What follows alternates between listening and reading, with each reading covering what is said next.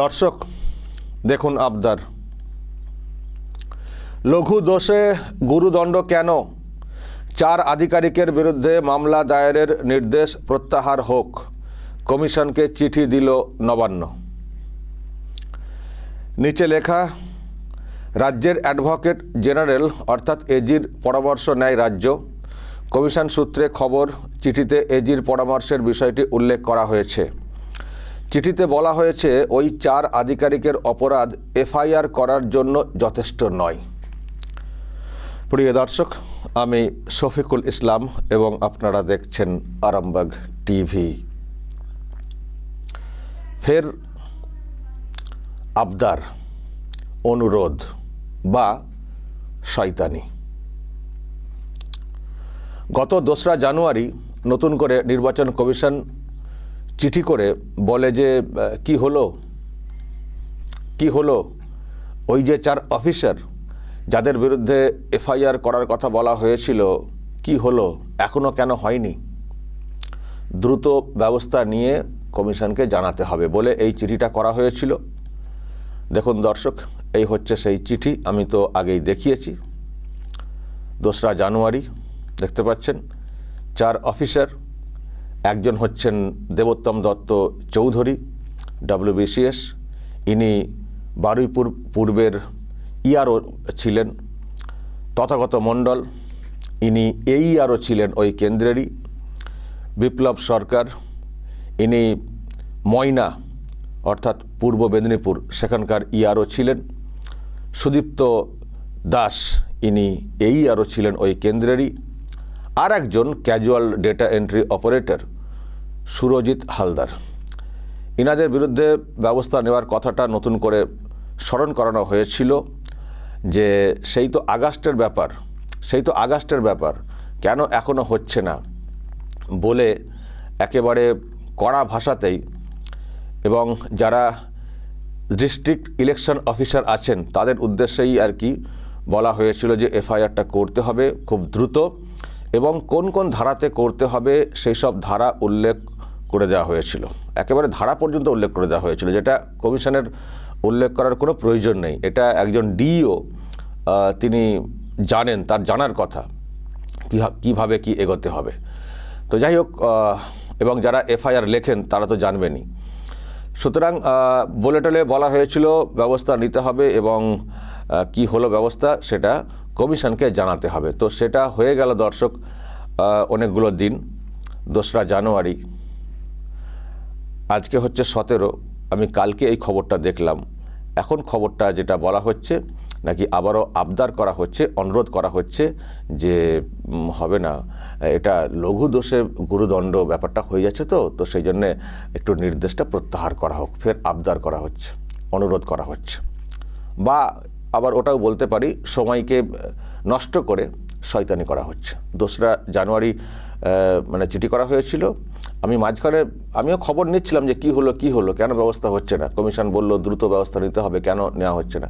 তো মাঝখানে একটা খবর এসেছিল, যখন উত্তর আসছিল না ওখান থেকে, তো কমিশন নাকি ফের একটা রিমাইন্ডার দিয়েছিল যে কী হলো। এটা দিন 4 আগের ব্যাপার। তারপরে দেখছি যে একটা চিঠি নবান্ন দিয়েছে, সেখানে এজির আইনি পরামর্শের কথা উল্লেখ করা হয়েছে যে ধরনের অভিযোগ বা কথা তাতে করে এফআইআর করা যায় না, সুতরাং এই নির্দেশটা প্রত্যাহার করা হোক। এবার কি করবে কমিশন? দর্শক, কি করা উচিত কমিশনের? আমি যেটা খবর পেলাম সেটা হচ্ছে যে এই যে মানে চিঠিটা যেটা দেওয়া হয়েছে নবান্নের তরফ থেকে, এটা নাকি দিল্লিতে পাঠানো হয়েছে। এখানকার কলকাতার অফিস থেকে দিল্লিতে পাঠানো হয়েছে, যে দিল্লি মানে কি করে দেখা যাক। তো আমি তো বলবো যে শয়তানির চূড়ান্ত সীমাতে পৌঁছে গেছে নবান্ন, রাজ্যের সরকার। মানে ওই আর কি দিদি যেটা বলেছিলেন সেটাকেই এস্টাবলিশ করার চেষ্টা করছেন, যে কেন কমিশন এইসব করবে, কমিশনের কি এখতিয়ার আছে, এখন কি ভোট ঘোষণা হয়েছে বলেছিলেন না দর্শক, মনে আছে আপনাদের? আমি আপনাদেরকে আজকে ওই বক্তব্যটা আরও একবার শোনাতে পারি। এসআইআর নিয়ে যে ধরনের মানুষকে গলিয়ে দেওয়ার চেষ্টা করছিলেন প্রথম থেকে, তখনই এই মানে সাসপেনশনের বা এফআইআরের ব্যাপারটা হয়েছিল। তখন উনি বলেছিলেন যে কেন করব না, আমরা এসব করব না, তাদের কি এখতিয়ার বলেছিলেন না, দেখুন কি বলেছিলেন। সরকারি কর্মচারীদের ভয় দেখানো হচ্ছে। কালকে আমার দুজন অফিসারকে নোটিশ পাঠানো হয়েছে, কিনা তাকে সাসপেন্ড করা হলো। আমরা বলি তোমার ইলেকশন এখন ডিক্লেয়ার হয়েছে, কোন আইনের বলে তুমি নোটিশ পাঠিয়ে দিচ্ছ, সাসপেন্ড করছো, আর বলে দিচ্ছ এফআইআর করতে হবে না। আমি কারো কোনো পানিশমেন্ট করতে দেব না, এটা মাথায় রাখবেন। যেটা বলেছিলেন সেটাই আর কি হচ্ছে বিষয়টা, এফআইআর করতে দেব না। কিন্তু সাসপেনশন যে বিষয়টা সেটা কিন্তু ওনারা মেনেছিলেন। ফলে এখতিয়ার নেই বলে যে কথাটা বলা হচ্ছে ওটা প্রকাশ্যে বলছেন, কিন্তু কমিশনের যে এখতিয়ার আছে সেটা ওনারা বোঝেন। সেই জন্যে দুটো কথা বলা হয়েছিল, সাসপেনশন এবং এফআইআর। ওনারা এফআইআরটা করেননি, কিন্তু সাসপেন্ড ব্যাপারটা করা হয়েছিল। কিন্তু সেখানে একটা গাঁড়াকল আছে। সাসপেনশন যে ব্যাপারটা সেটা করা হয়েছিল, কিন্তু পরে নাকি সেটা আবার তুলেও নেওয়া হয়েছে। তুলে নিয়ে মানে বলা হয়েছে যে না, সেরকম কিছু পাওয়া যায়নি। মানে নামকা ওয়াস্তে মেনেছেন, অর্ডারটা মেনেছেন, কিন্তু নামকা ওয়াস্তে করে সেটাকে আবার উইথড্র করে নেওয়া হয়েছে। এবার এফআইআর এটা একটু কড়া স্টেপ। এখন এটা মানে করতে পারছেন না, কিন্তু আবার মানে করব না সেটাও ডিরেক্টলি বলতে পারছেন না। সেই জন্যে এইরকম একটা অনুরোধের চিঠি যে লঘু দোষে গুরুদণ্ড কেন, এটা তো এফআইআর মতে না, একটু প্রত্যাহার করা হোক, একটু শুনুন। মানে এই টাইপের একটা পাল্টা চিঠি। এই পাল্টা চিঠিতে একদিকে যেমন অনুরোধ যেটা বলছি আমি, তেমনি সময় নষ্ট করা হচ্ছে। দর্শক যেটা বলতে চাইছি যে এই করে সময়টা নষ্ট হোক, তারপর আবার হয়তো কমিশন ভুলে টুলে যাবে। তবে দর্শক আমি আরেকটা আন্দাজ করছি, দেখব কি হচ্ছে। আমার ধারণা কোথাও যেহেতু কমিশন একটা অবস্থানে রয়েছে যে ব্যবস্থা নিতেই হবে, এবং নেওয়াটা উচিত। তো আমার ধারণা রাজ্য সরকার কিন্তু এবার সুপ্রিম কোর্টের দৃষ্টি আকর্ষণ করবে এই প্রসঙ্গেও। দেখবেন সামনের সপ্তাহে এই রাজ্যের হিয়ারিং নিয়ে, মানে এই রাজ্যের ব্যাপারে এই হিয়ারিং আছে, এসআইআর এই রাজ্যের মানে এসআইআর নিয়ে হিয়ারিং আছে সুপ্রিম কোর্টে। আমার ধারণা ওখানে কিন্তু উল্লেখ করে মানে বাঁচার চেষ্টা করবে বা বাঁচানোর চেষ্টা করবে রাজ্য সরকার। দেখবেন দর্শক সামনের সপ্তাহে হিয়ারিং আছে তো, কারণ এই সপ্তাহেরই মানে শুরুর দিকে খুব ছটফট করছিল সুপ্রিম কোর্টে, মানে যাতে হিয়ারিংটা হয়ে যায় এই সপ্তাহে। কারণ ওই যে কমিশন চিঠি করে দিয়েছিল ব্যবস্থা নিতে হবে, মানে এসআইআর সংক্রান্ত আরও অনেক কিছু হয়তো বলবে, কিন্তু তার সঙ্গে এটাকেও টাচ করবে। কারণ যেহেতু কমিশন চাপ দিচ্ছে যে এফআইআরটা করতেই হবে, তো সেটা হয়নি। এ সপ্তাহে বিহারের এসআইআর নিয়ে একটা হিয়ারিং পর্ব ছিল, তো সেখানে পশ্চিমবঙ্গের এসআইআরটাও যাতে মানে হিয়ারিং হয় সেই জন্য অ্যাপিল করা হয়েছিল সুপ্রিম কোর্টে রাজ্যের তরফ থেকে।